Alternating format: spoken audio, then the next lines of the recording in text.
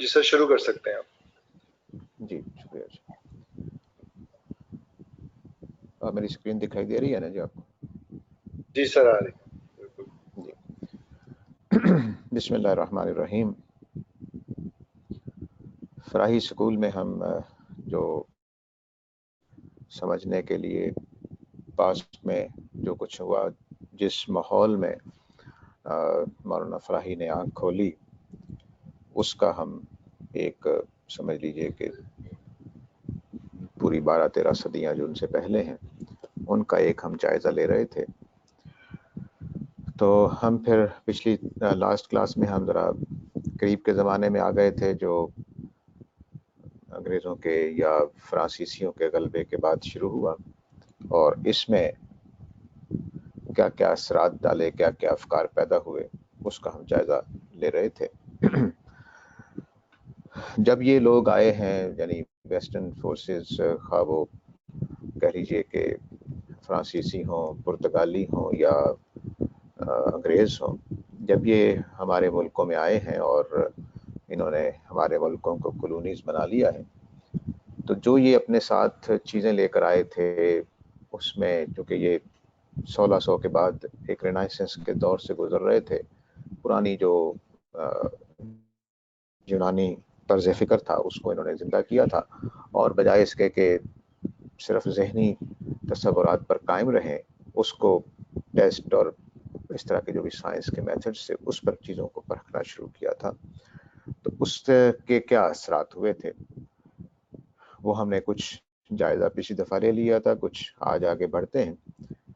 تو اس زمانے کے جو چیلنجز تھے، اس میں ہر چیز میں باتوں کو منوانے کے لیے، باتوں کو تبدیل کرنے کے لیے، یا باتوں کی حقانیت یا حقیقت واضح کرنے کے لیے بالکل نئے معیارات آ گئے تھے۔ پہلے بھی وہ موجود تھے لیکن ان کے اوپر سٹریس اتنا زیادہ نہیں تھا جتنا اس دور میں پیدا ہوا۔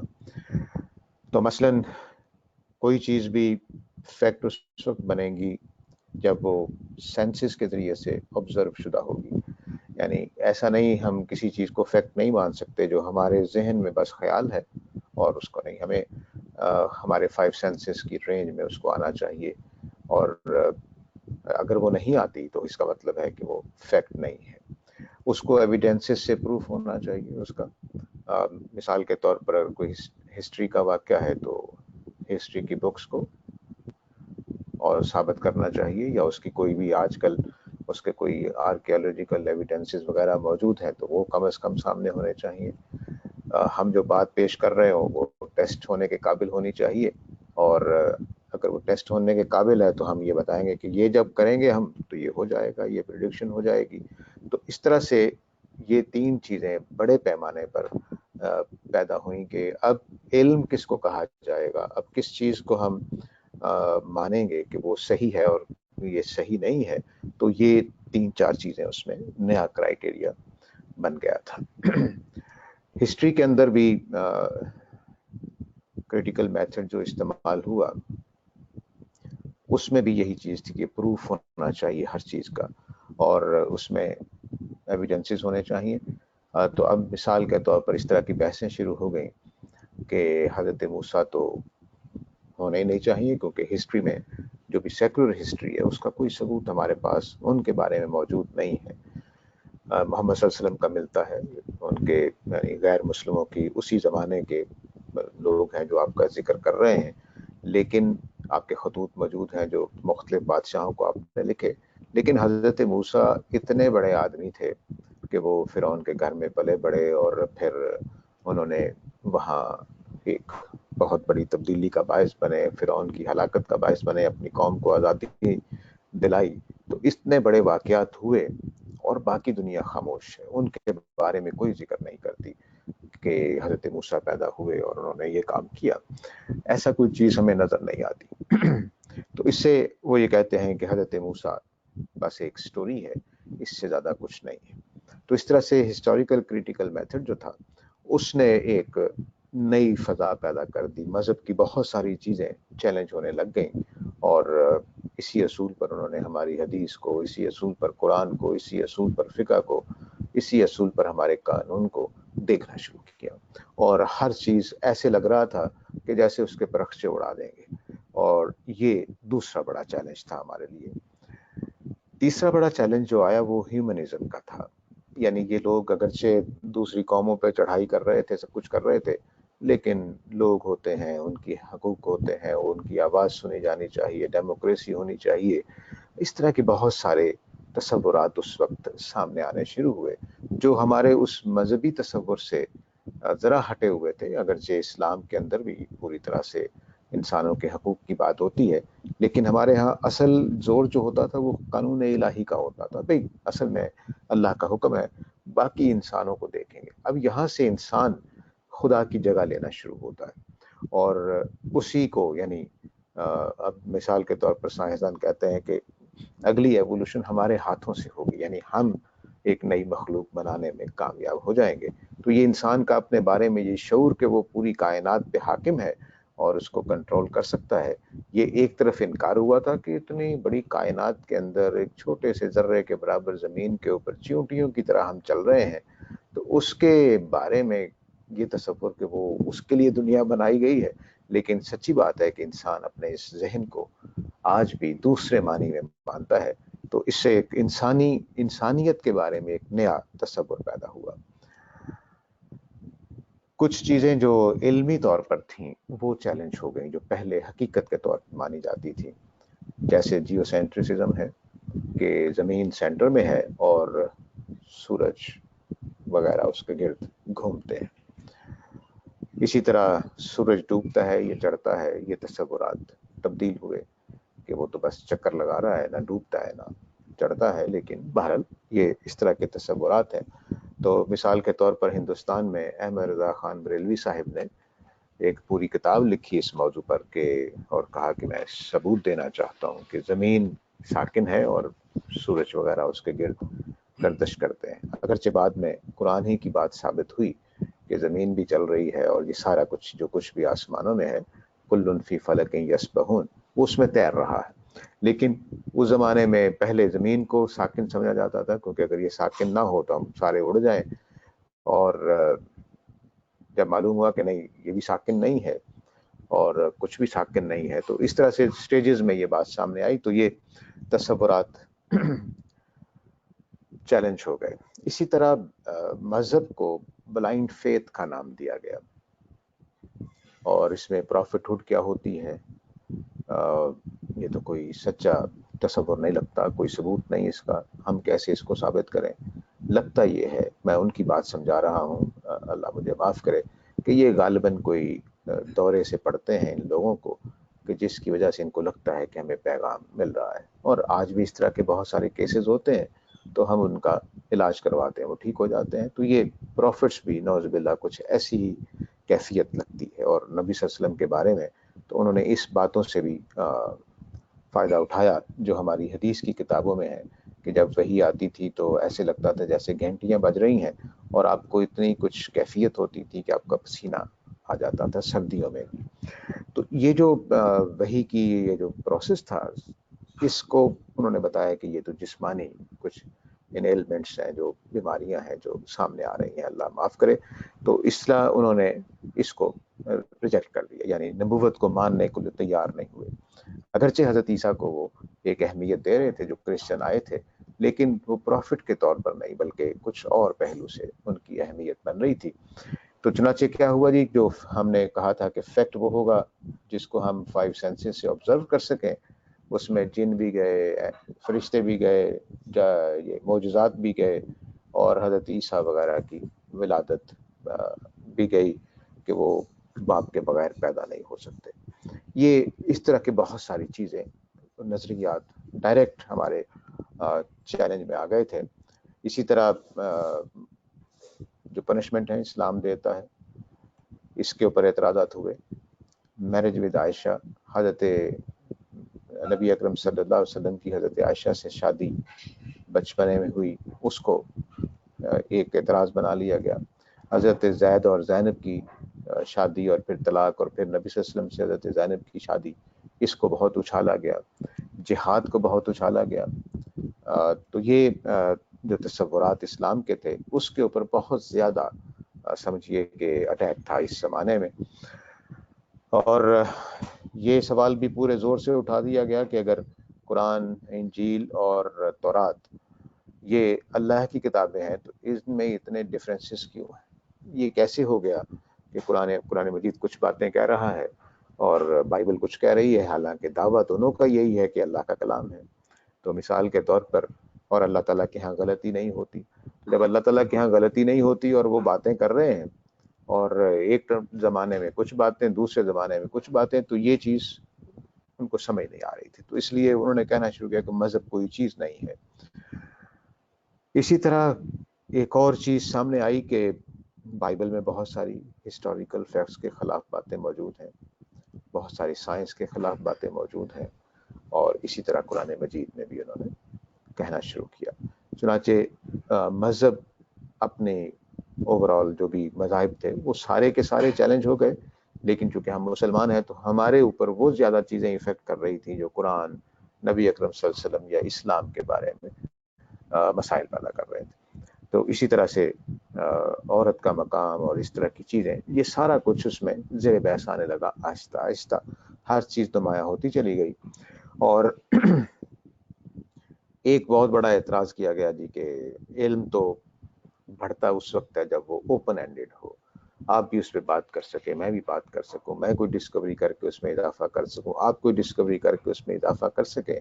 تو اسلام تو ایک بند سا ماحول ہے، بند سا علم ہے جس کے آگے کوئی ترقی نہیں ہو سکتی. یہ تو کوئی اس پر نہ کوئی سوال کر سکتا ہے نہ کچھ.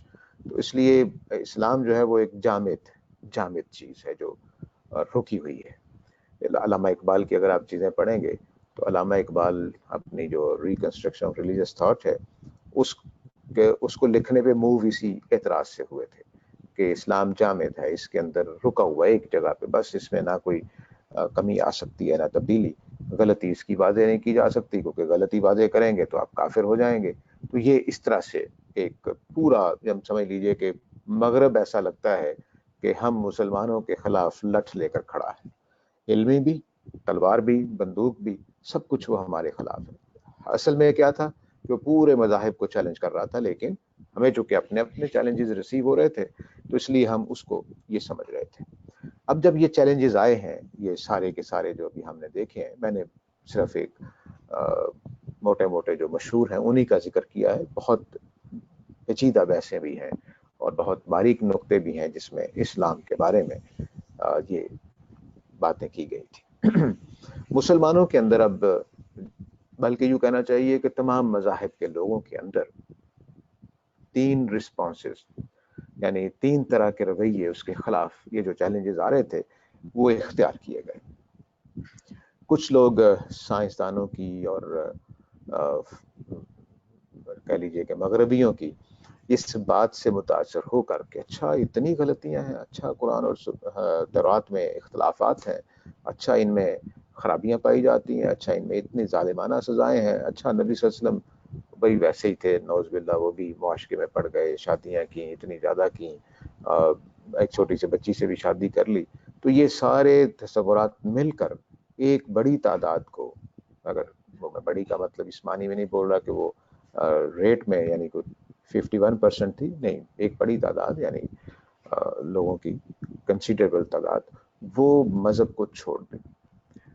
اس نے یا ایتھیزم کے کے دامن میں پناہ لی کہ جی بس ہم کچھ نہیں مانتے، بس ہم ہیں، دنیا ہے، مادہ ہے اور کچھ نہیں ہے. کچھ لوگوں نے کہا کہ نہیں، ہم درمیان میں رہتے ہیں، ہو سکتا ہے خدا ثابت ہو جائے، ہو سکتا ہے نہ ثابت، میں ہمارا یہ مسئلہ ہی نہیں ہے کہ خدا ہے یا نہیں ہے. تو چنانچہ کچھ لوگوں نے مذہب کو چھوڑ دیا، کچھ ایک شک کی حالت میں موجود ہیں. یہ اب نئے جو 2005 میں غالباً میں نے کوئی سروے دیکھا تھا، اس میں ایسے لوگوں کی تعداد کوئی 16% سے لے کر 20% کے درمیان بتائی جاتی ہے. کیونکہ ہمارے ملکوں میں وہ کہتے ہیں کہ لوگ اس کو جرت نہیں کرتے کہ اپنے آپ کو ایتھیزم یا کہ کہیں کہ بھئی ہم تو اسلام سے نکل رہے ہیں، بھی ہم اس کو چونکہ لوگ بیان نہیں کرتے، تو اس لیے جو رجسٹرڈ ہیں وہ 16% تھے اس وقت، اور باقی جو تھے وہ انہوں نے ایک ایسٹیمیٹ لگایا تھا کہ اتنے لوگ ہیں. تو ایک رسپانس یہ ہوا ہے. دوسرا رسپانس، پہلے رسپانس میں یہاں ہمارے ہاں وہ لوگ پیدا ہوئے جو جن کو ہم اردو میں کاٹھے انگریز کہتے تھے اور جس کو بعد میں براؤن کا نام ملا، یہ جو لوگ تھے یہ اصل میں ویسٹ ہی کی پیروی میں لگ گئے، اپنے کلچر میں بھی، اپنے اٹھنے بیٹھنے میں بھی، اپنے مذہبی باتوں میں بھی اور سائنس کے اختیار کرنے میں۔ دوسرا جو گروہ پیدا ہوا یا رسپانس پیدا ہوا ویسٹ کے اس اٹیک کے نتیجے میں کہ آؤ ہم دوبارہ اپنا مذہب سمجھنے کی کوشش کرتے ہیں کہ وہ کہتا کیا ہے اور پھر ان چیلنجز کا جواب دیتے ہیں۔ یہ بہت تھوڑی تعداد تھی اس گروپ کی، لیکن بہرحال اتنی تھی کہ اس نے کچھ ویسٹرنز کے لیے مسائل پیدا کیے، ان کو جواب دینے شروع کیے۔ تو یہ دوسرا گروپ ہے۔ تیسرا گروپ ایک اور پیدا ہوا، یہ بھی تمام مذاہب میں ہے اور تمام یعنی ملکوں میں ہے، وہ یہ کہ ہم اپنے ریلیجن کو بس پروٹیکٹ کر لیں، یعنی اس کو باہر سے جتنے اٹیک ہو رہے ہیں ان کو دفع کریں، بس اپنے مذہب کو ایسے ہم پروٹیکٹ کر لیں، آندھی سے بچا لیں، طوفانوں سے بچا لیں، اور کسی کی جو بھی باتیں آ رہی ہیں اس کا کوئی پرواہ نہ کریں۔ تو مثلا ہمارے ہندوستان میں بہت ساری کتابیں اس طرح کی لکھی گئی، یہ جو انگریز ہیں یہ شیطان ہے، سائنس بھی شیطانی ہے، یہ اس کو چھوڑو، بس اپنے مذہب کو قائم رہو اور اپنے مذہب کو بچائے رکھو۔ یہ تیسرا ہندوستان میں بھی اور باقی دنیا میں بھی رسپانس دیا گیا۔ یہ تینوں رسپانس آج بھی اسی طرح سے موجود ہیں۔ اس کی آپ سمجھ لیں کہ باریک باتیں اور کر سکتے ہیں، ہو سکتا ہے کہ پہلے گروپ کے اندر کچھ اور طرح کے لوگ بھی پائے جاتے ہوں، مثلا میرا واسطہ ایسے لوگوں سے پڑا ہے کہ جی ہم اللہ کو تو مانتے ہیں لیکن یہ جو آرگنائزڈ ریلیجن ہے اس کو ہم نہیں مانتے۔ تو یہ پہلا جو گروپ ہے اس کے اندر یہ ہم اضافہ کر سکتے ہیں کہ اب ایک اور گروپ پیدا ہو گیا ہے جو یہ کہتا ہے جی کہ ہم اللہ کو تو مانتے ہیں لیکن یہ پروفیٹس، یہ نبی، بس اخلاقیات ہے اور اللہ ہے، بس یہ ہم مانتے ہیں، لیکن آرگنائزڈ ریلیجن جیسا اسلام ہے یا کرسچینٹی ہے یا ہندوازم ہے اس کو ہم نہیں مانتے، کیونکہ یہ تو اللہ تعالیٰ سمجھ نہیں آتی کہ اللہ تعالیٰ نے کیوں دیا ہوگا۔ تو اس طرح سے اب جو مزید تفصیلات ہیں، میں چونکہ مولانا فراہی کے زمانے تک بات کرنا چاہتا ہوں یا ان کے کچھ بعد تک، تو اس لیے میں بہت آگے آج تک نہیں آ رہا ہوں۔ تو یہ تین بڑے رسپانسز تھے جن کے اندر چھوٹے چھوٹے اور بہت سارے رسپانسز پیدا ہوئے۔ یہ محمد ابن عبد الوہاب ہیں جو نجد میں پیدا ہوئے، سینٹرل عربیہ کا علاقہ جو ہے۔ انہوں نے ایک توحید کے اوپر مبنی ایک تحریک کا آغاز کیا جس کو ہم سلفی موومنٹ کا نام دے سکتے ہیں، اور دوسرے لوگ ان کو وہابی کہتے تھے۔ تو سلفی موومنٹ یہ تھی کہ خالص توحید اور حدیث کی بنیاد پر ایک نیا نیریٹو دیا جائے مذہب کے اندر، اور پورے عرب کے اندر دوبارہ نبی صلی اللہ علیہ وسلم کے زمانے کا جو صحابہ اور تابعین کے زمانے کا جو دین ہے اس کو نافذ کیا جائے اور سورس صرف قرآن اور حدیث کو مانا جائے۔ یہ ایک یعنی سمجھیے کہ انگریزوں کے آنے کے بعد ارد گرد میں ماحول ہے اور ان کا غلبہ ہے، اور یہ لوگ جو ہیں یہ کچھ ان چیزوں کو محسوس کر رہے ہیں، تو چنانچہ انہوں نے ایک اپنے طور پر بھی ایک ریفارم ہے، لیکن بہرحال وہابی ازم کو طاقت کرنے والے، اس کو جدید زمانے میں پروموٹ کرنے والے اور اس کی بنیاد رکھنے والے یہ محمد ابن عبد الوہاب ہیں۔ یہ ان کو ہم ری وزٹر نہیں کہہ سکتے، ان کو تیسرے گروپ میں ہم ڈالیں گے جنہوں نے اپنے مذہب کو، قرآن اور حدیث کو کہا جی ہم اس کو پروٹیکٹ کریں گے اور دنیا میں اس کو قائم کریں گے۔ انہوں نے مغرب کو جواب دینے کی کوشش نہیں کی۔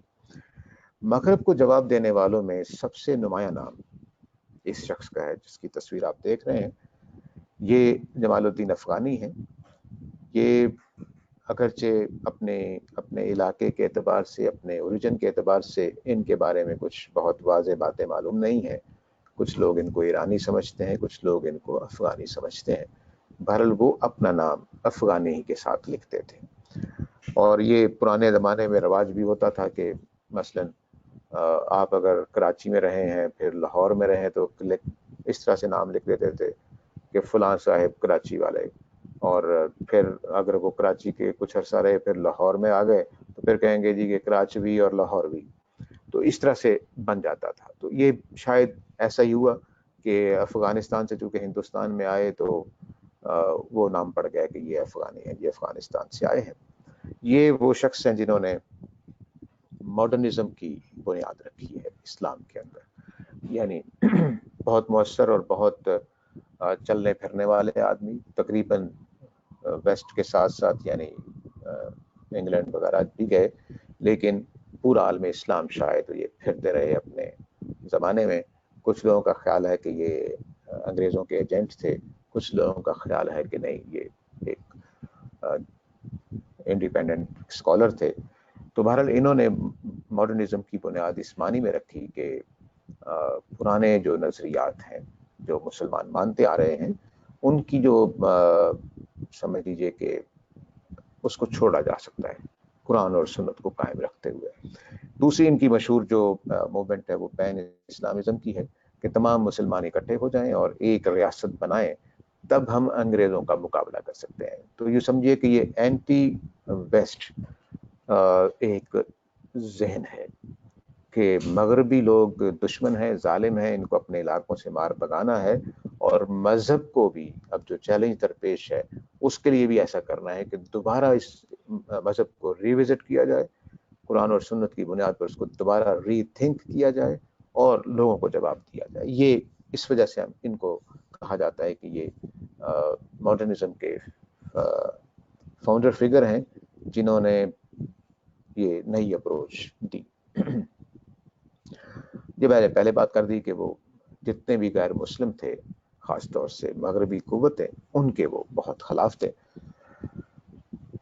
اور یہ بات انہوں نے بڑے عرصے کے بعد دوبارہ کہنی شروع کی کہ اسلام پورے کا پورا جس طرح سے اس وقت وحی کے طور پر نازل ہوا تھا وہ عقل کے ساتھ پوری طرح کمپیٹیبل ہے، یعنی ایسا نہیں ہے کہ اسلام عقلی نہیں ہے۔ یہ بات بھی نئے زمانے کی سمجھ لیجیے کہ اپروچ دینے والی تھی کہ بھئی مذہب کوئی بلائنڈ فیتھ نہیں ہے، عقل مندی کی باتیں ہیں، اس میں شاندار طریقے سے ہم ان کو ثابت کر سکتے ہیں اور اس کے گھبرانے کی ضرورت نہیں ہے۔ یہ وہ آدمی ہے جو یہ کہتے ہوئے بھی سنے گئے کہ مسلمانوں کو بھی ایک مارٹن لوتھر کی ضرورت ہے جو ٹیکسٹ کی طرف واپس جائے، یعنی علماء سے اٹھ کر خود قرآن اور سنت کو، حدیث کو سمجھنے کی کوشش کرے۔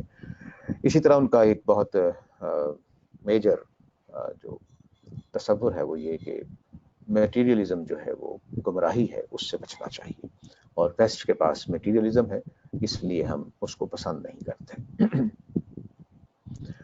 اور یہ بات بھی ان کے آئیڈیاز میں بہت مشہور ہے کہ امت کا اتفاق تبھی ہوگا جب وہ اپنی باتوں کو چھوڑ کر قرآن اور سنت کی طرف واپس لوٹیں گے۔ ان کے شاگرد ہیں محمد عبدہ، یہ مصری ہیں، اور یہ انہوں نے جو رسالہ المنار نکالا جمال الدین افغانی نے، یہ میگزین سا، اس کے مل کر یہ کام کرتے رہے۔ یہ بھی ماڈرنزم کے فاؤنڈرز میں سمجھے جاتے ہیں۔ انہوں نے جرنلزم کو استعمال کیا اپنے بات کو پھیلانے کے لیے، اپنے نظریات کو، اور پولیٹکس میں اور جو روحانیت ہے ہمارے ہاں جس کو تصوف ہم کہتے ہیں، اس کے اندر بھی ان کی بہت دلچسپی تھی، اور یہ سمجھتے تھے کہ مذہب اور سائنس کے تعلیم ہونی چاہیے تاکہ لوگ مسلمان بھی ویسٹ کا مقابلہ کر سکیں۔ چنانچہ چونکہ یہ چاہتے تھے کہ ہم مغرب سے سیکھیں، مغرب ہم سے سیکھے، تو اس لیے انہوں نے تینوں مذاہب میں جو اس وقت تھے ان کے درمیان دوستی اور ہم آہنگی پیدا کرنے کی کوشش کی۔ چنانچہ یہ مصر میں بہت بڑے عہدوں پر رہے ہیں، تو ان کے سارے کام اس طرح سے تھے کہ وہ عیسائیوں کو تحفظ دیتے تھے، یہودیوں کے لیے یعنی ہمدردی پیدا کرنے کی کوشش کرتے تھے، اور مسلمان تو تھے ہی وہ۔ تو اس طرح سے یہ ایک پورا ان کا زور تھا کہ جو دشمنی ہے اس کی فضا ختم ہو اور ایک ہارمنی میں رہتے ہوئے ہم ایک دوسرے سے سیکھیں۔ اور یہ جو جمال الدین افغانی کی بات تھی کہ دوبارہ ایک مارٹن لوتھر مسلمانوں میں پیدا ہونا چاہیے، تو یہ عبدہ اس کو اس طرح سے بیان کرتے تھے کہ دور متوسط کے جتنے بھی علماء ہیں ان کی باتیں ثبوت نہیں ہیں، وہ کوئی ایویڈنس نہیں ہے، وہ ان کی آراء ہے، ثبوت تو قرآن اور سنت میں ہوتا ہے۔ تو چنانچہ قرآن اور سنت کے ٹیکسٹ کو دوبارہ انٹرپریٹ کرنے کے لیے ہمیں دوبارہ غور کرنا ہے نئے زمانے کے تقاضوں کے اعتبار سے چیزوں کو سامنے رکھتے ہوئے. تو یہ نہ سمجھیے کہ جو مثلاً امام ابو حنیفہ کہہ گئے، جو امام شافعی کہہ گئے، اس کے خلاف ہم نہیں جا سکتے. اس کے بعد اسی جو شخصیت ہے محمد عبدہ، انہی کے شاگرد ایک رشید رضا کے نام سے بہت معروف شخصیت ہے. یہ لبنانی ہیں اور عبدہ کے شاگرد ہیں. یہ بھی ماڈرنزم کے قائل ہیں، اور لیکن آہستہ آہستہ، یہ اس پہلے غلط لکھے ہوئے، آہستہ آہستہ وہ جوائن کر گئے سلفی اپروچ کے ساتھ. وہ جو عبد الوہاب کی تحریک تھی اس کو انہوں نے آہستہ آہستہ اختیار کر لیا.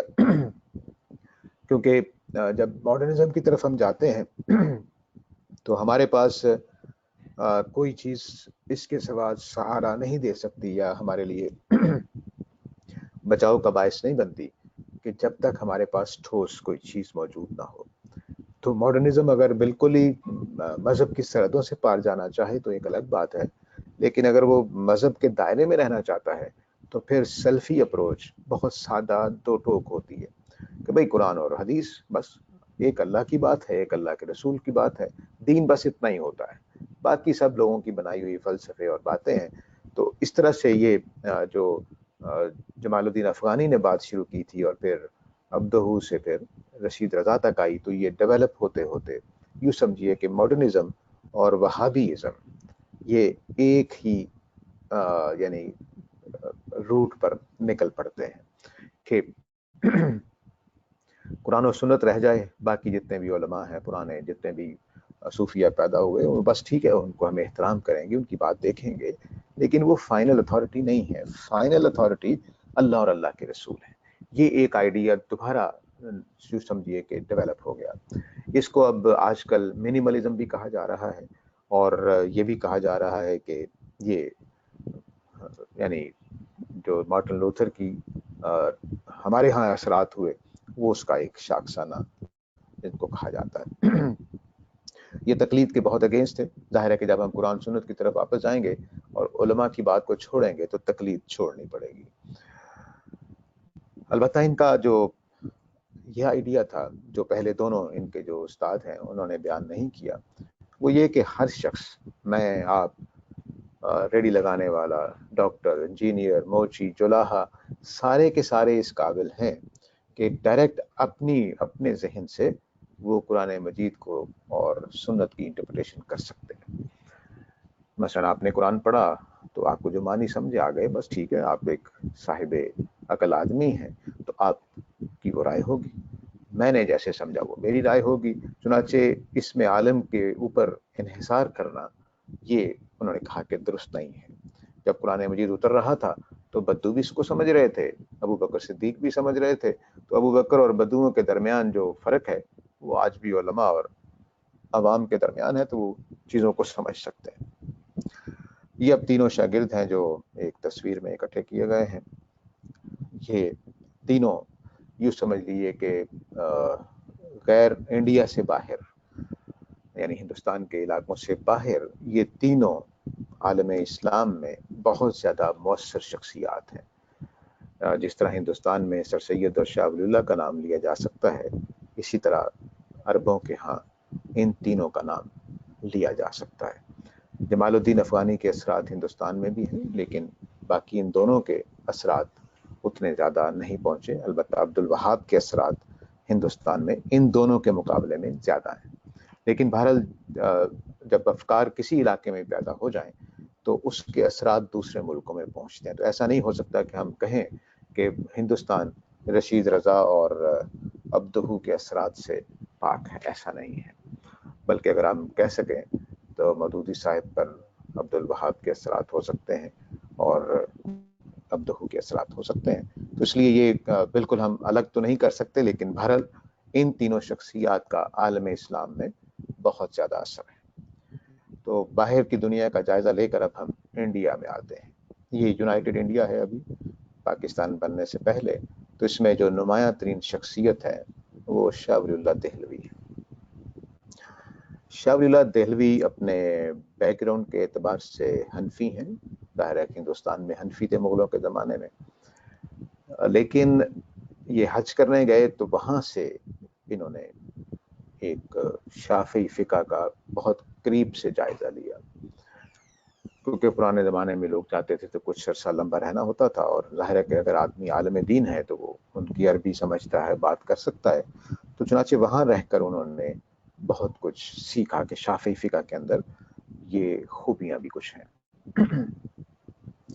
تو ہندوستان میں آپ سمجھ لیجئے کہ وہابی آئیڈیالوجی کو لانے والے یہی ہیں، کیونکہ وہاں سے جب یہ شافعی فکر سیکھ کر آئے تو انہوں نے کہا کہ بھئی حدیث بھی ریلیجن کا سورس ہے، ایسا نہیں کہ حدیث کو ہم بالکل اگنور کر دیں، فقہ ٹھیک ہے ہم مانتے ہیں لیکن حدیث ایک زیادہ قوت رکھتی ہے۔ چنانچہ انہوں نے پھر ایک کوشش کی کہ حنفی فقہ اور شافعی فقہ کو اکٹھا کیا جائے، سادہ لفظوں میں اپنی حقیقت کے اعتبار سے یوں کہیے کہ فقہ اور حدیث کو اکٹھا کرنے کی کوشش۔ تو اس طرح سے یہ ایک نیا آئیڈیا یہاں پر دیا، اور شاہ ولی اللہ صاحب کو ہم ریفارمسٹ اس لیے کہہ سکتے ہیں کہ انہوں نے بہت ساری تحریکیں شروع کی، مثلا ہندوستان میں بیوہ کی شادی کرنا گناہ سمجھا جاتا تھا، تو انہوں نے اس طرح کی بہت ساری چیزیں مسلمانوں کو سکھائیں، اور اس کی وجہ سے ان کو کچھ مظاہروں کا سامنا بھی کرنا پڑا، لوگوں نے ان کے گھروں کا گھیراؤ کیا کہ آپ یہ کیا کام کر رہے ہیں بیوہ کی شادی کرنے کا، وغیرہ وغیرہ اس طرح کی چیزیں۔ قرآن مجید کا جو پہلا ترجمہ اس سرزمین میں ہوا ہے وہ شاہ ولی اللہ نے کیا ہے۔ اپنے اس اعتبار سے وہ ماڈرنسٹ ہیں کہ انہوں نے بھی اسلام کو ریشنل قرار دیا، اور ہر حکم کے پیچھے، چھوٹے سے چھوٹے حکم کے پیچھے بھی ریشنلٹی کو ثابت کیا اور کہا کہ یہ لاجیکل ہے۔ چنانچہ ان کی مشہور کتاب جو ہے حجت اللہ البالغہ، اس میں انہوں نے یہی بات بیان کی ہے۔ پوری کتاب کے اندر اسلام کی کوئی چیز ایسی نہیں ہے جس کی انہوں نے کوئی نہ کوئی حکمت یا لاجک بتانے کی کوشش نہ کی ہو۔ بہت عمدہ کتاب ہے، اس طرح کی کتابیں ان سے پہلے امت کے ہاتھ میں ایک بھی نہیں ہے۔ یہ یعنی بالکل ناول آئیڈیا بھی تھا، باتیں بھی اس کے اندر بہت ساری نئی تھیں، اور بہت ساری باتیں ایسی تھیں کہ جو فراموش ہو چکی ہوئی تھیں مسلمانوں کے ہاں، تو اس کو انہوں نے دوبارہ زندہ کیا ہے۔ ہمارے ہندوستان پاکستان میں جو دیوبندی وہابی لوگ موجود ہیں، یہ سمجھ لیجئے کہ ان کے مائی باپ ہیں، یعنی ان کے ہونے سے یہ دو افکار پیدا ہوئے ہیں۔ اگر یہ نہ آتے، یہ اپنے کوشش کر کے یہ راہ ہموار نہ کرتے، تو وہابی بالکل اس سرزمین میں جگہ نہ بنا سکتے۔ یہ اتنے بڑے آدمی ہیں کہ جب انہوں نے حدیث کو اپروول دے دی کہ ہم اب فقہ سے زیادہ حدیث کو حیثیت دینی چاہیے اور مکس کرنا چاہیے شافعی اور حنفی فقہ کا، تو یہ ظاہر ہے کہ بہت بڑی تبدیلی تھی جو وہ لے آئے اس علاقے میں۔ چنانچہ اہل حدیث جو گروپ ہے وہابی جن کو ہم کہتے ہیں، وہ اس جگہ پہ ٹکنے کے قابل ہوئے۔ تو یہ شاہ ولی اللہ صاحب بھی تھا۔ یہ میں بات کر چکا ہوں کہ شافعیہ اور حنفیہ کے درمیان انہوں نے صلح کرانے کی کوشش کی۔ حجت اللہ البالغہ جس کتاب کا میں نے ابھی ذکر کیا ہے، اس نے اسلام کا پرسپیکٹیو چینج کیا ہندوستان میں، اور ڈیوائن کمانڈمنٹ کی بجائے ریشنل آئیڈیالوجی کا تصور نمایاں کیا۔ ماتریدی اور اشری جن کو ہم ہلکا سا تعارف کر چکے ہیں اپنے لیکچرز میں، اس میں نے بتایا تھا کہ انہوں نے عقلیت سے دور ہٹانے کی کوشش کی تھی، اور امت مجموعی طور پر کہہ رہی تھی کہ عقل کا مذہب سے کوئی تعلق نہیں ہے، لیکن شاہ ولی اللہ صاحب نے دوبارہ یہ تصور دیا کہ اسلام صرف ڈیوائن کمانڈمنٹس نہیں ہے، بلکہ یہ ایک ریشنل آئیڈیالوجی ہے، یہ ہر چیز اس کی۔ تو حجت اللہ البالغہ کا یہ پیغام اتنا مؤثر ہے کہ ان کے اثر میں بہت بڑے بڑے لوگ آئے ہیں بعد میں۔ سر سید احمد خان دوسری بڑی شخصیت ہیں اپنے اثرات کے اعتبار سے ہندوستان میں۔ یہ سمجھ لیجئے کہ جدید زمانے کے معتزلہ گروپ سے تعلق رکھتے ہیں۔ تو جو شاہ ولی اللہ نے یہ بات کہی تھی کہ اسلام ریشنل ہے، سر سید اس کو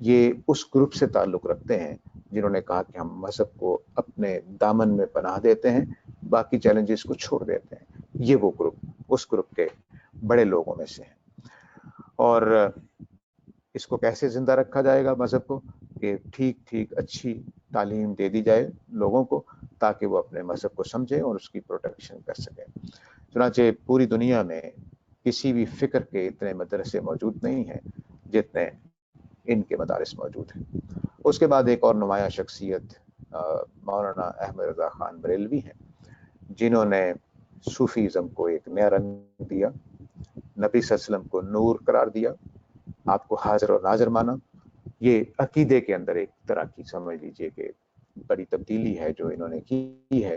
اور یہ وہی صاحب ہیں جنہوں نے کتاب بھی لکھی کہ زمین گردش نہیں کر رہی، زمین رکی ہوئی ہے، باقی چیزیں اس کے گرد گردش کر رہی ہیں. یہ ان کی تصویر ہے، حضرت یہاں بیٹھے ہوئے ہیں اور ان کے کچھ لوگ یا تلامذہ ہیں جو ان سے سوالات پوچھ رہے ہیں. تو یہ ایک بڑی شخصیت ہیں. بریلویت ساری ان سے منسوب کی جاتی ہے. یہ عقیدے میں حنفی اپروچ ہے اپنے فقہ میں، لیکن عقیدے میں یہ 2-3 چیزیں جو ہیں اس میں ان کا نمایاں ہے. اگلی دفعہ ہم انشاءاللہ مکتبہ فراہی کی طرف بڑھیں گے کہ یہ کیسے پیدا ہوا اور کیا ان کے لوگ ہیں. تو شبلی نعمانی ان کے سمجھ لیجئے کہ آغاز کرنے والے ہیں، بلکہ اس سے پیچھے مولانا فیض الحسن ہے، وہ انشاءاللہ اگلی دفعہ دیکھیں گے. اب ٹائم اوپر ہو گیا ہے، سوالات کر سکتے ہیں.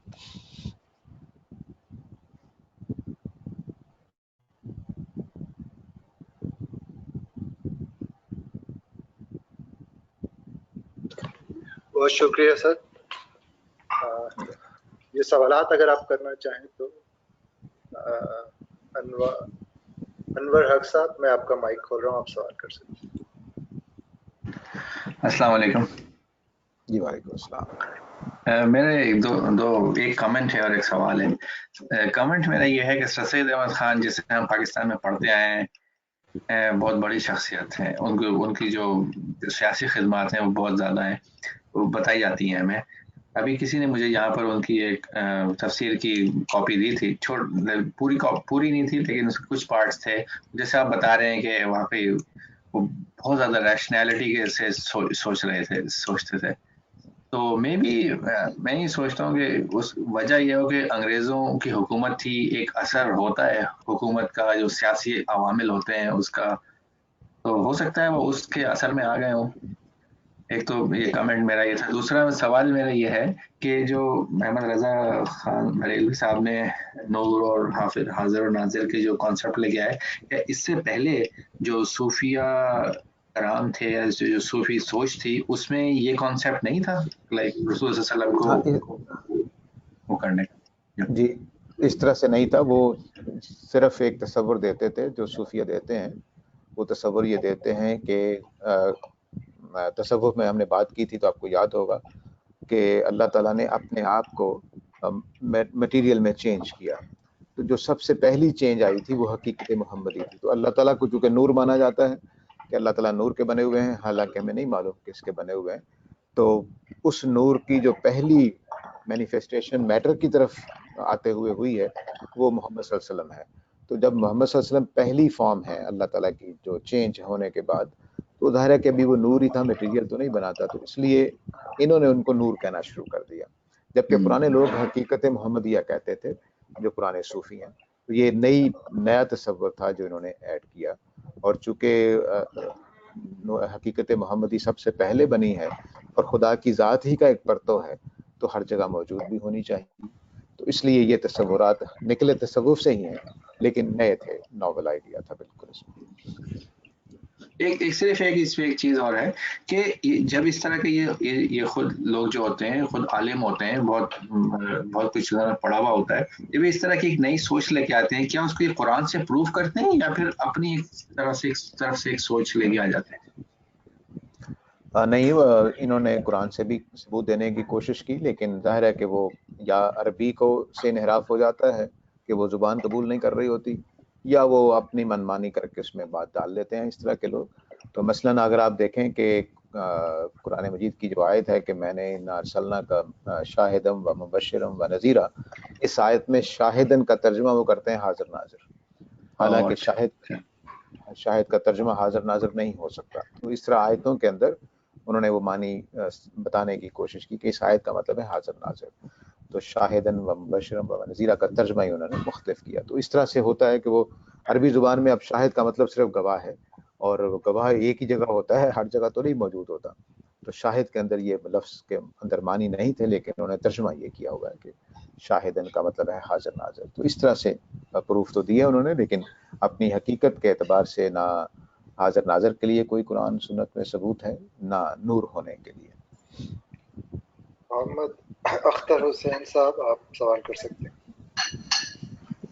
جی السلام علیکم. میں نے کویسچن لکھا بھی ہے اور ریپیٹ بھی کر دیتا ہوں کہ آج کل کے جو پرٹیکولرلی ایرا ہے، یا ہم لوگ جو کہہ لیں کہ پاکستان یا انڈیا کو چھوڑ کے مسلم ویسٹ میں آئے ہیں، ہمیں ایک میرے خیال میں باقی ساتھی بھی جو آن لائن ہیں وہ بھی یہ چیز ریئلائز کرتے ہوں گے کہ جو بچے یہاں پہ آ کے ریز ہوئے ہیں وہ اپنے آپ کو ایتھیسسٹ کہیں یا نہ کہیں، ان کی جو سوچ ہے وہ وہی ہے، لیکن ان کی سوچ کے پیچھے ان کے پاس کوئی علم نہیں ہے.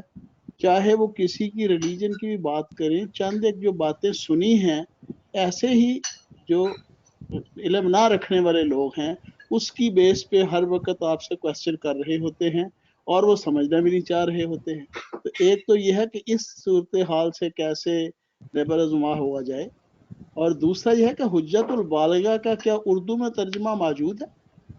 جی میرا خیال ہے نیٹ پہ موجود ہے، اس کا ترجمہ ہو چکا ہے، تو آپ نکال کے پڑھ سکتے ہیں. نیٹ کے اوپر بہت زیادہ میں ویسے لنک بھیج دوں، شکیب صاحب کو بھیج دوں گا تو وہ آپ کو بھیج دیں گے. نیٹ پہ موجود ہے ترجمہ اس کا، لیکن اس میں کچھ مسائل ایسے ہیں. ترجمہ ظاہر ہے کہ ترجمہ ہی ہوتا ہے، لیکن مجبوری ہے کہ اگر عربی نہیں آتی تو آپ اس میں پڑھ سکتے ہیں. تو میں انشاءاللہ لنک آپ کو بھیج دوں گا. تو دوسرا یہ ہو گیا کہ جو پہلا آپ نے بات کہی ہے اس میں دیکھیے بات یہ ہے کہ خود مجھے اور آپ کو جو والدین ہیں اگر ان کو صحیح دین کا نہیں پتا تو اس لیے وہ اپنے بچوں کو نہیں بتا سکتے.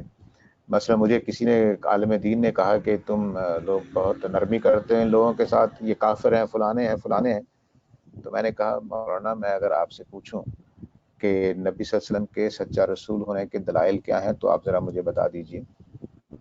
انہوں نے کہا جی قرآن میں لکھا ہوا ہے کہ وہ اللہ کے سچے رسول ہیں. تو میں نے کہا اگر قرآن میری اپنی کتاب میں لکھوں اور اس میں لکھ دوں کہ ساجد نعوذ باللہ سمجھانے کے لیے کہہ رہا ہوں کہ ساجد رسول ہے، تو کیا آپ مان لیں گے کہ یہ اللہ کی بات ہے؟ تو لوگوں کو یہ بتائیں گے کیسے کہ یہ قرآن اللہ کی کتاب ہے اور رسول سچے رسول ہیں؟ آپ کے پاس دلائل نہیں ہیں، آپ عالم دین ہیں، تو میں عوام کو کیسے کہہ دوں کہ وہ بیچارے کافر ہیں جی، بالکل ان کو دوزخ میں جانا ہوگا؟ ان کے پاس دلائل ہی نہیں دیے آپ نے ان کو سمجھایا ہی نہیں کہ دین ہوتا کیا ہے. تو ہمارے جو میرے والی ایج کے جو نسل ہے جن کے بچے اب جوان ہو رہے ہیں، ان لوگوں نے مذہب کو کبھی سمجھا ہی نہیں، اور بلکہ میں کہا کرتا ہوں یہ ٹیلی ویژن کی پرورش کردہ قوم ہے. ہمارے ہاں جتنے بھی وہ تصورات تھے وہ ٹیلی ویژن نے ہمیں سکھائے ہیں. پہلے میرے والدین کی جو تربیت تھی وہ میرے دادا اور دادی نے کی تھی، اور لیکن میری تربیت کس نے کی ہے؟ ٹیلی ویژن نے کی ہے. اب وہ وہاں جو نکمے لوگ بیٹھے ہوتے ہیں وہی ہمیں ویژن دیتے ہیں، وہی ہمیں تصورات دیتے ہیں، وہی ہمیں سب کچھ دے رہے ہیں. اور آج کے زمانے میں فلم انڈسٹری اتنی زیادہ مؤثر ہے کہ میں نے بعض اچھے لوگوں کو، سنجیدہ لوگوں کو یہ استدلال قائم کرتے ہوئے دیکھا جی فلاں مووی میں اس طرح سے دکھایا گیا تھا تو اس لیے میں یہ بات مانتا ہوں. یہ تصور ہے. تو اس لیے میرا خیال ہے کہ ہمیں پوری شعور کے ساتھ ایک پیرنٹ کے طور پہ پہلے اپنے آپ کو تربیت کرنا ہے. میرے وجود سے مذہب کا وہ تصور جانا چاہیے جو حقیقی ہے اور صحیح ہے، تاکہ ان کو ماننے میں مشکل نہ ہو. اور پھر میرے پاس، آپ کے پاس وہ استدلال ہونا چاہیے کہ ہم کس طرح سے ہم قرآن کو اللہ کی کتاب مانتے ہیں، کس طرح سے ہم نبی صلی اللہ علیہ وسلم کو اللہ کا سچا رسول مانتے ہیں. یہ مجھے آپ کو پتہ ہونا چاہیے. اگر پتہ نہیں ہے تو بس وہ کہیں گے آپ کا عقیدہ ہے، سنی سنائی باتیں ہیں، ہم اس کو آپ نہیں مانتے، ہمیں تو ثبوت چاہیے، آپ ثبوت دیں گے تو مان لیں گے، ثبوت نہیں دیں گے تو ہم نہیں مانیں گے. تو یہ تصور ہے جس کو تبدیل ہونا چاہیے. میرے اپنا، آپ کا اپنا وجود اس کا گواہ ہے کہ ہم اس طرح کے اچھے مسلمان نہیں تھے کہ ہماری اولادیں اچھے مسلمان. آپ ویسٹ کی بات کر رہے ہیں، ہمارے اپنے بچے یہاں ایسا ہی ہو رہا ہے. یعنی اکثریت بچوں کے اندر رجحان جو ہے وہ ایتھیسٹ ہونے کا ہی ہے، اگرچہ وہ ڈرتے ہوئے نہیں کہتے، لیکن مذہب کیا ہے، میں یونیورسٹی میں پڑھاتا ہوں، مجھے اندازہ ہے کہ نوجوانوں کی فضا کیا ہے، ان کے ذہن میں یہ ڈکوسلے ہیں، سنی سنائی باتیں ہیں، تو پوری کلاس میں 100 بچوں کی کلاس ہوگی تو اس میں 2 بچے 3 بچے مذہبی ہوں گے بس، وہ بھی اس لیے کہ ان کا اپنا مزاج مذہبی ہے جو اللہ تعالیٰ نے دیا ہوتا ہے کہ وہ روحانیت کی طرف زیادہ قائل ہوتے ہیں. تو اس میں ہمیں اپنی پوری قوم کی تربیت کی ضرورت ہے. یہ رجا اللہ صاحب کا قریشی صاحب کا سوال ہے کہ you said Deoband is focused on educating masses, but what we see is that they have limited the definition of education to early centuries only, with no emphasis on continuing education. Can you comment on this? جی بالکل.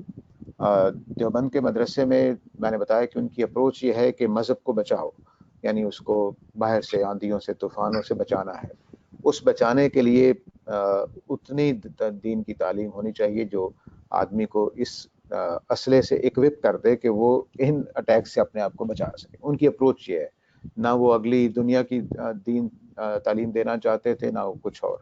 تو وہ basic چیزیں وہ سکھا دیتے تھے کہ بھئی یہ مذہب ہے، یہاں سے پھوٹا ہے، اس کی یہ حقانیت ہے، اور بس اس سے زیادہ کچھ نہیں کیا انہوں نے. لیکن مذہب کی یہ تعلیم اتنی زیادہ ہے کہ اگر آپ دیکھیں تو پورے عالم اسلام میں یہ ان کے لوگ پھیلے ہوئے ہیں. بڑی بڑی دنیا سے لوگ پڑھنے آتے ہیں ہندوستان پاکستان میں دیوبند کے اندر، اور پابندی لگنے کے باوجود، یعنی دونوں ملکوں میں غیر ملکیوں میں پابندی ہے، لیکن ابھی بھی آپ مدرسوں میں جا کر دیکھ سکتے ہیں کہ غیر ملکی لوگ پڑھنے آئے ہوئے ہوتے ہیں. تو یہ بس ان کا جو فوکس ہے وہ یہ ہے کہ مذہب مذہب مذہب، اس کو بچا لو. اور اس کے جو بریلویوں نے راستہ اختیار کیا وہ ذرا ڈفرینٹ تھا، وہ ایجوکیشن کا نہیں تھا بلکہ وہ فضیلت کا تھا. کہ مذہب کو بچانے کا طریقہ یہ ہے کہ آپ کہیں کہ اسلام سب سے افضل ہے، نبی صلی اللہ علیہ وسلم سب سے افضل ہیں، تاکہ عوام کو یہ بات پہنچتی رہے کہ ہم ایک افضل چیز کو چھوڑ کر سائنس کی طرف جائیں گے. تو یہ دوسرا اس کا رخ تھا جو اگر ہم دیکھیں تو ہندوستان پاکستان میں آپ کو نظر آئے گا. محمد محتسم صاحب، آپ سوال کیجیے. السلام علیکم سر. جی وعلیکم السلام. میرا ایک سوال یہ تھا، جو آپ نے حقیقت محمدی کے بارے میں بات کی، تو ایک چیز اس کے بارے میں یہ جاننا چاہتا کہ یہ کانسیپٹ جو حقیقت محمدی کا ہے، یہ صوفیہ میں مطلب کس شخص نے شروع کیا تھا، اور جو لوگ حروف مقطعات کو حقیقت محمدی سے جوڑتے ہیں، یہ کانسیپٹ بھی کس نے شروع کیا تھا. اور دوسرا سوال میرا یہ ہے کہ علامہ پرویز صاحب پہ جو غلام محمد پرویز صاحب، ان پہ کچھ باتیں ہمیں بتا دیں ان کی فکر سے ریلیٹڈ. اور ایک چیز میں یہ علمی جاننا چاہتا ہوں کہ جس طریقے سے آپ بھی یہ چیز بیان کرتے ہیں اور ہم سب بھی یہ سب چیز بیان کرتے ہیں کہ ورڈز کے معنی کیسے بدلتے ہیں. جیسے وہ کہتے ہیں کہ خلافت کا معنی جو ہے وہ شروعات میں نائب تھا، اور پھر دھیرے دھیرے وہ مطلب اس کے اندر جو کلچر اور پولیٹیکل چیزیں ایڈ ہونے لگی تو اس کے معنی جو ہیں وہ پولیٹیکل ہونے لگے.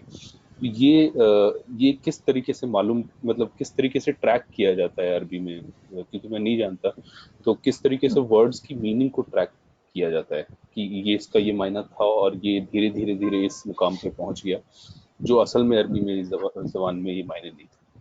جزاک اللہ. جی جہاں تک آپ کے پہلے سوال کا تعلق ہے تو اس میں یہ کہنا، بعض آئیڈیاز ایسے ہوتے ہیں کہ پہلا اس کا جو ایجاد کرنے والا ہے اس کا کہنا مشکل ہوتا ہے. لیکن اگر آپ تصوف کی جتنی کتابیں ہیں، ابن عربی کی فصوص لے لیں، یا سہروردی کی کتابیں لے لیں، یا اشراقیہ والوں کی کتابیں لے لیں، تو ہر کتاب کے اندر آپ کو یہ چیز مل جائے گی. تو یوں سمجھیے کہ جو تصور تھا پلوٹائنس کا کے ذریعے سے مسلمانوں کو ملا کہ کائنات صرف ایک ذات سے بنی ہوئی ہے اور وہ بس ذات تھی. اس ذات کے بعد ان کے ہاں 3 سٹیپس ہیں، مسلمان صوفیہ نے اس کو 6 میں تبدیل کر دیا. تنزلات ستہ اس کو کہتے ہیں. تو تنزلات ستہ میں یہ اللہ تعالیٰ کی ذات ہے، پھر دوسری، پھر تیسری، پھر چوتھی، پھر پانچویں، پھر چھٹی، پھر ساتویں، چھٹی حیثیت ہے.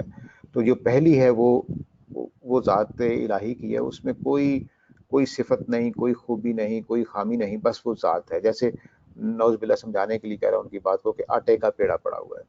آٹے کے پیڑے کو اب ہم نے بیلنے پہ تھوڑا سا شکل دی، تو جو پہلی تبدیلی آئی وہ حقیقت محمدی ہے. اس کے بعد پھر آہستہ آہستہ ہم نے پوری روٹی بنا لی، یعنی پوری کائنات بن گئی. اور پھر اس کو ایک حدیث سے بھی وہ تقویت دیتے ہیں کہ میں اس وقت بھی آسمان میں چمک رہا تھا ستارے کی طرح، جس طرح سے جب آدم مٹی اور کیچڑ کی حالت میں تھے، اس سے بھی 70,000 سال پہلے. تو یہ جو تصور ہے کہ آپ یہ وہاں سے آیا ہے پروٹائنس سے، اگرچہ فیثاگورس کا تصور تھا، پھر وہ الاسکندریہ میں جو پروٹائنس تھا اس کے ذریعے سے مسلمانوں تک پہنچا. تو اگر ہم کہیں کہ اس کا خالق کون ہے تو وہ مترجمین ہیں جنہوں نے اس کو پھر ترجمہ کر کے ہمیں سکھایا، اور اس کے بعد ہم نے یہ نظریہ دیا. دوسرا آپ کا کیا سوال تھا کہ ہاں لفظ کو کیسے ٹریک کرتے ہیں. دیکھیے لفظ کو ٹریک کرنے کا طریقہ کیا ہوتا ہے، یہ اب ایک سائنس بن چکی ہے. جب مولانا فراہی وغیرہ نے بات شروع کی تو اس وقت تو اتنا سائنس کا ڈھانچہ نہیں بنا تھا. اب تو باقاعدہ اگر آپ ڈکشنریز دیکھیں تو جدید ڈکشنری لکھی اس طرح سے جا رہی ہیں کہ یہ لفظ پہلی دفعہ اس علاقے میں بولا گیا اس معنی میں. پھر مثلا 1900 میں ایک لفظ بولا گیا. اب 1910 میں جو ہمیں اس کے اندر تھوڑا معنی میں اضافہ ملتا ہے وہ فلاں کتاب میں اس شخص نے اس معنی میں استعمال کیا. تو جیسے ہم اقبال کے لفظ خود ہی کو کہتے ہیں کہ اقبال نے یہ معنی اس میں پیدا کر دیے ہیں. تو اب تو لغات جدید جو لکھی جائیں گی، اللہ کرے کہ ایسا ہو جائے جلد تاکہ ہمیں بھی آسانی ہو جائے تحقیق کرنے والوں کو، تو ہر زمانے میں جو اس میں میننگ ایڈ ہوتے چلے گئے یا شیڈز ایڈ ہوتے چلے گئے ان کا وہ باقاعدہ لکھ دیتے ہیں، اور اس کو ایٹمالوجی کہتے ہیں کہ لفظ کی ہسٹری کیا ہے. تو اب تو یہ سائنس ہے. لیکن ہم کیسے کرتے تھے؟ ہم ایسے کرتے ہیں کہ بھئی مثلا حدیث کے زمانے میں جب حدیث کمپائل ہو رہی تھی یہ اس معنی میں لفظ نہیں بولا جاتا. اس کا اچھی مثال روح ہے. روح کا لفظ جب قرآن مجید ہے تو اس میں روح کا لفظ اس معنی میں نہیں جس معنی میں ہم اردو میں بولتے ہیں کہ میرے اندر کوئی روح ہے، شخصیت ہے جو زندگی پیدا کرتی ہے. یہ عربی زبان اس سے خالی ہے قرآن مجید کی. لیکن حدیثوں ہی میں دیکھ لیجئے کہ جو حدیثیں جمع ہوئی ہیں 250 سال کے بعد جب کمپائل ہوئی ہیں تو اس میں روح بمعنی زندگی دینے والی طاقت کے آ گیا ہے. قرآن مجید کا لفظ نفس ہے، اس نے کہیں بھی روح اس معنی میں نہیں بولا. لیکن ہوا کیا کہ فکر یونان کا میں لفظ سائیکی کا ترجمہ روح کر دیا گیا، اور سائیکی جو ہے وہ ہمارے اندر زندگی پیدا کرتی ہے اور شعور پیدا کرتی ہے، نفسیات بناتی ہے. تو لفظ نفس کا تھا، سائیکی اصل میں نفس کا لفظ تھا، اس کا ترجمہ نفس ہونا چاہیے تھا لیکن ترجمہ کر دیا گیا روح. اب جو سائیکی کا تصور تھا یونان میں بالکل وہی لفظ روح میں آ گیا کیونکہ ٹرانسلیشن اس کی کر دی گئی. تو اس طرح سے پھر روح کے لفظ نے یعنی حدیث کے کمپائلیشن کے زمانے ہی میں روح کے لفظ کے اندر زندگی کے معنی آ گئے. چنانچہ وہ جو نبی صلی اللہ علیہ وسلم نے کہا تھا عبداللہ بن عباس کی روایت کے مطابق کہ ذی روح چیزوں کی تصویر نہیں ہونی چاہیے، تو اس کا ترجمہ کر دیا گیا زندہ چیزوں کی تصویر نہیں ہونی چاہیے. حالانکہ ذی روح پرانی عربی کے اعتبار سے ذی روح کا مطلب ہے کہ جس میں خدا کا آنا مانا جائے.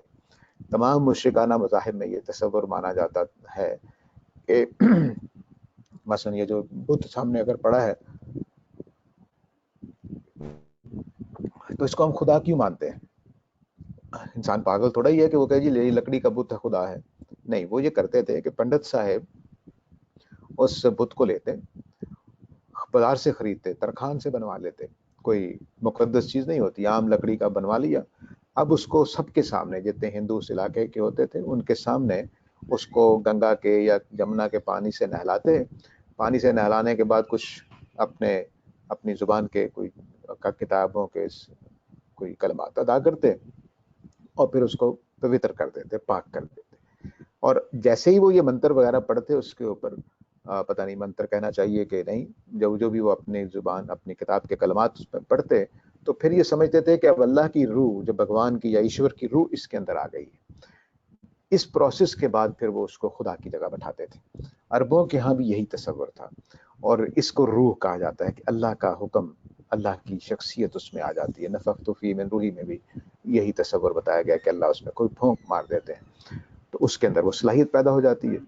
اس طرح کی چیزوں کو ذی روح کہا جانا چاہیے قدیم عربی میں. لیکن جدید عربی میں اس کا مطلب ہے وہ تمام چیزیں جو زندہ ہیں. تو اس طرح سے فرق پڑتا ہے کہ لفظ اپنا چلا کہاں سے تھا، پھر اس میں باہر سے کوئی اثر ہوا یا مثلا سلطنت کا لفظ جو ہے اردو میں وہ اختیار کے معنی میں زیادہ تھا قدیم اردو میں. اگر ہم غالب کے سامنے بولیں سلطنت خداداد پاکستان تو وہ ملک کے معنی میں نہیں لے سکتا, کیونکہ اس کے زمانے میں سلطنت ملک کے معنی میں اس طرح سے نہیں ہے, بادشاہت کے معنی میں ہے, اختیار کے معنی میں ہے. تو اس طرح سے یہ ہوتا ہے لفظوں کے ساتھ, تو ہم اس طرح سے ٹریک کرتے ہیں. لیکن قرآن مجید کی خوبی یہ ہے کہ وہ خود اپنے لفظوں کے معنی بتانے میں بہت زیادہ ماہر ہے.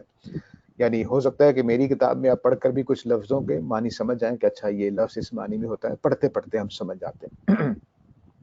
جس طرح ہمارا بچہ اپنی زبان سیکھتا ہے تو ہم اس کو معنی نہیں بتاتے, الفاظ معنی باتیں کرنا شروع کر دیتے ہیں اور وہ حیرت انگیز طریقے سے بغیر معنی بتائے, کیونکہ معنی بتانے کے لیے بھی ہمیں زبان چاہیے, تو وہ ہماری زبان بولنے لگ جاتا ہے, خود معنی دریافت کرتا ہے وہ ہماری باتوں سے. ایسا ہی قرآن مجید پڑھنے والے یہ جانتے ہیں کہ قرآن مجید اپنے لفظوں کی طرف خود رہنمائی کرتا ہے. ہر زبان کرتی ہے, ہر کتاب کرتی ہے, لیکن زبان قرآن اس میں کچھ خاص حیثیت رکھتا ہے. جی میری بات مکمل ہوئی تھی.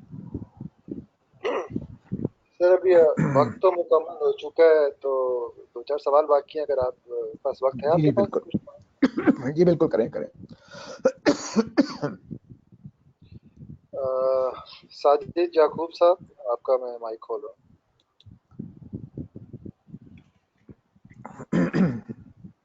السلام علیکم.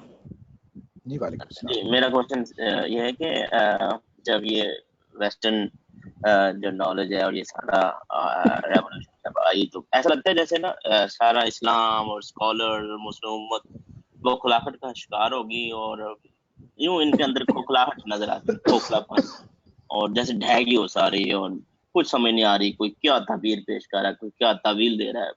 تو ابھی تک یہ سلسلہ ابھی تک جاری لگ رہا ہے کہ کچھ بھی نہیں ان کے پاس, بیس لیس, جیسے یہ مذہبیات واقعی بیس لیس لگ رہی ہے, اور ان کے پاس کوئی گراؤنڈ ریالٹی نہیں ہے, کوئی پراپر جواب نہیں دے پاتے. جی بالکل آپ صحیح کہہ رہے ہیں. چیزیں پڑھ کے یہ تاثر ایسا ہی بنتا ہے, لیکن ایسا نہیں ہے. اس کے بیچوں بیچ بہت بڑے لوگ, بہت اچھے جوابات دیے گئے. لیکن ہوتا یہ ہے کہ جو لوگ جواب دینے کی کوشش کرتے ہیں تو ان کو ایک بہت بڑی مخالفت کا سامنا ہوتا ہے. چنانچہ اچھی کتابیں جو ہندوستان میں لکھی گئی ہیں وہ کوئی 50-60 کے قریب ہیں جو بیسٹ کا جواب دینے کے لکھی گئی ہیں, لیکن ان سے میں بھی واقف ہوا ہوں اب اپنے بڑھاپے میں آ کر. ان کو پسندیدہ کتابیں قرار ہی نہیں دیا جاتا, تو اس وجہ سے وہ مقبول نہیں ہو پاتی. وہ لوگ مقبول رہتے ہیں جو شور مچانے والے ہیں, بڑی بڑی تقریریں کرنے والے ہیں, جلسے اکٹھے کرنے والے ہیں, وہ لوگ غالب آ جاتے ہیں. اور جو بیچ میں بیٹھے ہوئے بہت دقیق باتیں کر گئے ہوتے ہیں ان کی کتابیں مشہور ہی نہیں ہوتی.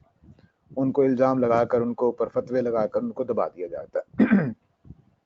تو یہ مجموعی تاثر اگر ہم دیکھیں تو واقعی بوکھلاہٹ لگتی ہے, لیکن بیچوں بیچ میں ایسے لوگ موجود ہیں کہ جو اچھے جواب دیتے رہے. انہوں نے ایک بہت بڑی بنیاد, جس میں ایک صاحب کے گروپ میں شامل ہوں, مولانا فراہی, ان کا جب میں تعارف کراؤں گا آپ کو تو آپ کو حیرت انگیز طور پر یہ معلوم ہوگا کہ انہوں نے قرآن, سنت, علم, ان تینوں کے اوپر ایسا کام چھوڑا ہے کہ جو پورے اس زمانے میں کوئی اور مثال نہیں ملتی. لیکن ان کو مشہور نہیں ہونے دیا گیا, ان کو منکر حدیث کہہ کر ایک کھاتے میں ڈال دیا گیا. حالانکہ جتنی حدیث کی وہ استعمال کرتے ہیں میرا نہیں خیال کوئی اور عالم کرتا ہوگا اپنی باتوں کو سمجھانے کے لیے. لیکن بہرحال یہ ایک عجیب و غریب فضا بنا دیتے ہیں ہم. اور اس وقت غامدی صاحب کے ساتھ آپ جانتے ہیں کہ پاکستان میں ان کے لیے رہنا ناممکن ہو گیا ہے. حالانکہ بعض جگہوں پر وہ ایسا جواب دے رہے ہیں کہ جو اصل جواب ہے, جس کے بعد سوال ختم ہو جاتا ہے. تو یہ ایک مجبوری ہے ہمارے معاشرے کی کہ اس میں جب بھی کوئی نئی بات کہہ دے گا تو اس کی نئی بات تو پکڑ لی جائے گی, باقی خدمات بلا دی جائیں گی. تو مثلا سر سید کو ہم عزت دینی چاہیے ان کے ریفارم ہونے کے اعتبار سے. مذہب میں اس میں غلطیاں ہوئی ہیں تو ٹھیک ہے, لیکن وہ ہم اصلاح کر لیں گے, مل ملا کے ان کی بات کو رد کر دیں گے. لیکن اس کے نتیجے میں کیا سر سید کو بالکل کھڑے لائن لگا دیا جائے, مار دیا جائے؟ ایسا نہیں ہونا چاہیے. تو ہمارے ہاں یہ, میں نے سر سید کی مثال اس لیے کہ نمایاں مثال ہے ہمارے ہاں کہ ان کی ایک طرف بہت اعتراف ہے ان کی خدمات کا، لیکن مذہب میں وہ کافر ہیں اور فلانے ہیں۔ تو یہ جو چیزیں ہوتی ہیں اس کو سمجھنا چاہیے۔ اس طرح سے سارے علماء کو ہم دیکھیں گے، میں تھوڑا تھوڑا تعارف کرا رہا ہوں جو جدید زمانے تک ہمارے عہد تک آئے ہیں، لیکن مختصر طور پر پھر میں بتاؤں گا کہ مولانا فراہی کے سامنے وہ کیا چیلنجز تھے۔ اس کو میں ابھی یہ دیکھیے پوری طرح بنایا تو نہیں میں نے، لیکن صرف آپ کو ایک ہلکا سا تفصیل سے بات کریں گے۔ یہ میں نے مولانا فراہی کو بیچ میں رکھا ہے اور یہ سوالات ہیں آپ جو ان کے سامنے ہیں، اس میں اور بھی چیزیں ڈال دوں گا، ابھی صرف بیسکس آئیڈیا ہے۔ تو یہ ان کو چیلنجز ہیں جن کا وہ جواب دے رہے ہیں۔ یہ چیلنجز کہاں سے آئے ہیں؟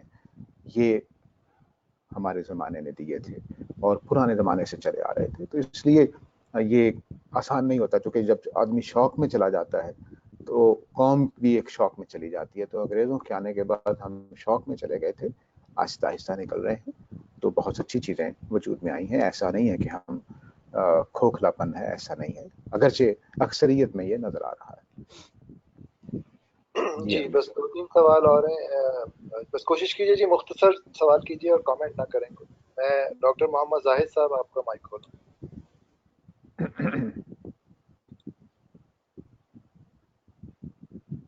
جی ڈاکٹر السلام علیکم صاحب۔ جی وعلیکم السلام۔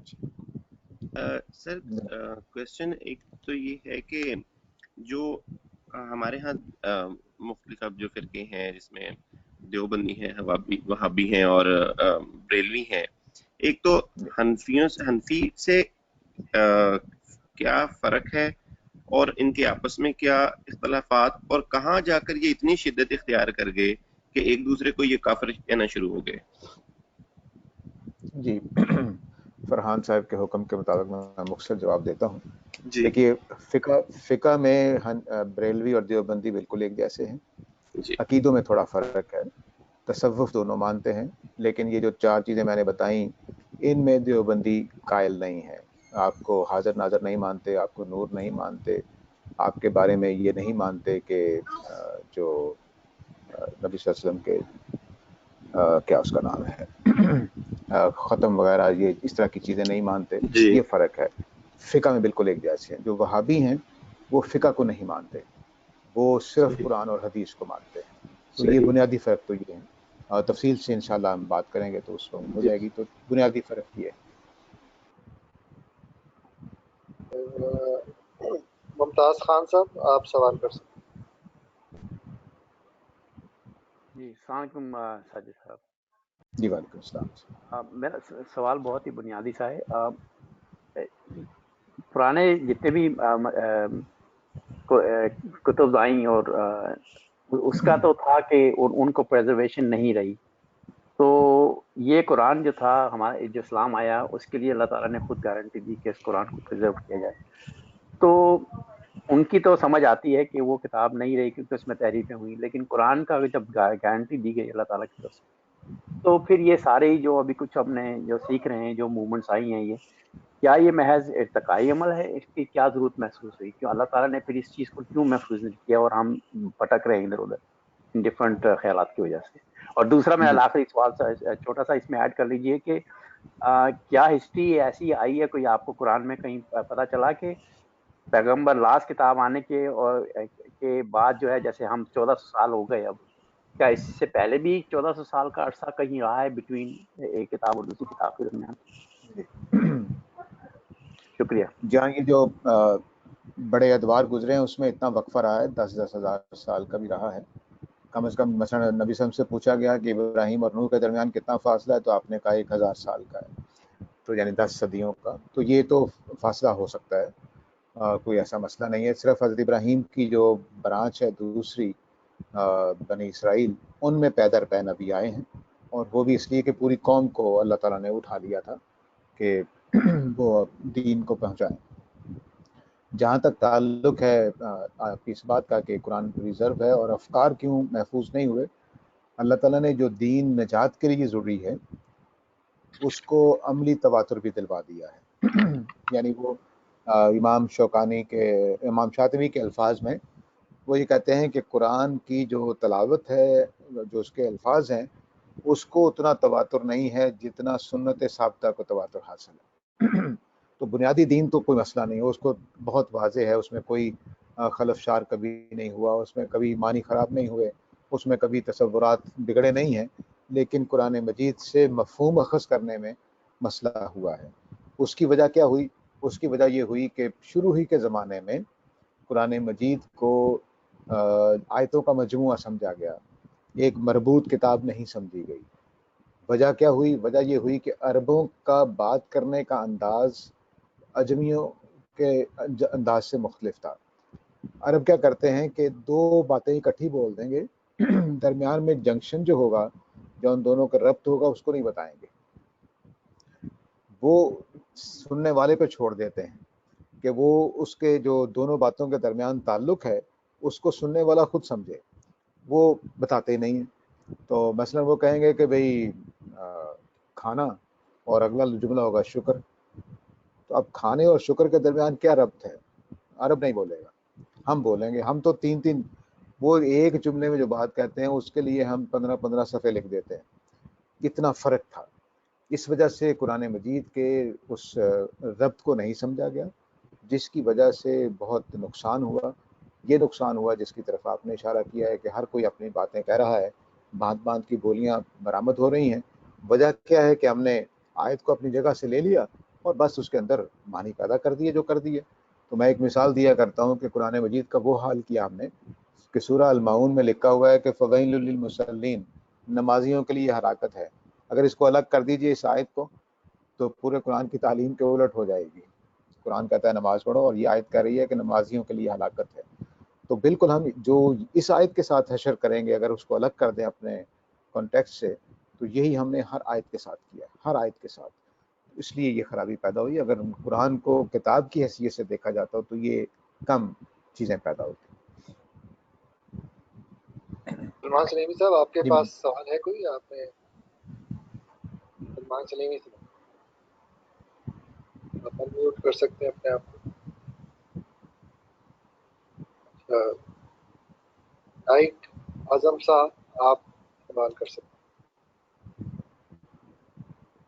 یہ ریئل کوئک نام لائک ہے نا لائک ہوگی آپ نے ایک کلاس میں جو ہے وہ ایک آئی تھنک ایجپشین آتھر کا نام لیا تھا کہ ہی روٹ بکس اباؤٹ فقہا لائک امام ابو حنیفہ، آپ کو یاد ہے کیا جی نام ابو آپ نے زہرا، لیا تھا؟ جی ابو زہرا، ابو زہرا، جزاک جی اللہ ابو خیر۔ زہرا، میں اسکرین پہ لکھ رہا ہوں، آپ دیکھ لیجیے۔